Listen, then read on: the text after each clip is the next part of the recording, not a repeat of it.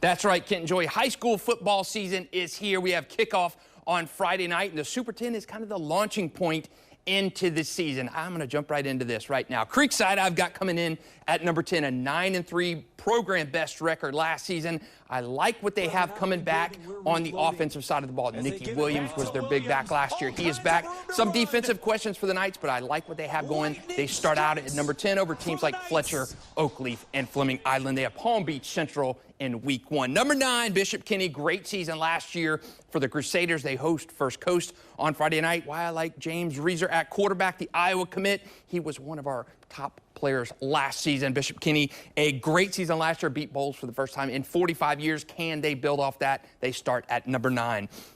University Christian, an interesting team. Last year, 11-2 state semifinals.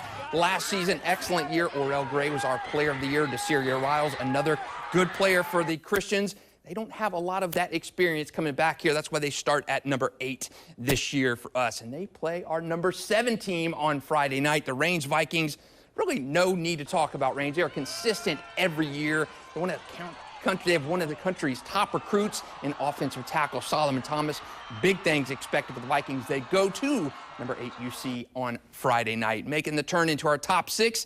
Mandarin, okay, you see a 5-5 team. You're saying, why is a 5-5 team in your top 10? I'll tell you why. Tremel Jones at quarterback. Jamie French, he's a 5-star in next year's class. They have got a loaded football team. That's why I've got them at number 6 in this year's rankings. Some people may see that and see they're way too low or way too high, but Mandarin has got a tough one in week 1 against Fletcher on Friday night.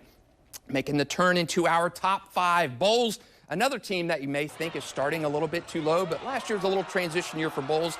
They went 9-5, did not win the district, but got into the playoffs, reached the state semifinals again for the 4th year in a row under coach Matt Toblin. They have a tough one on Friday night against St. Augustine, but I like Bowles. They have a great defensive tackle, Garrison Butler, and linebacker Trent Carter. I think the strength is on that defensive side of the ball, but DJ Moore also back at quarterback for the Bulldogs. Number 4, St. Augustine, another one where you're saying they may be a little bit too high. 7-4 last year, but great teams coming back. Lachlan Hewlett, quarterback.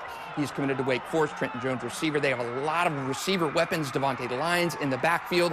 I like St. Augustine this year. They remind me a lot of a St. Augustine team from 2003, 2004, 2005, and that 2005 team ended up winning a state championship. So I like St. Augustine's potential this year.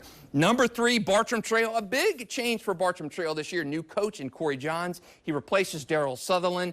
Bartram 12-1 a year ago, and they've got a lot of talent coming back. Riley Trillo, Lathan Biddle in that backfield together, so it's going to be a good with the Bears. They open up against Ponte Vedra on Friday night.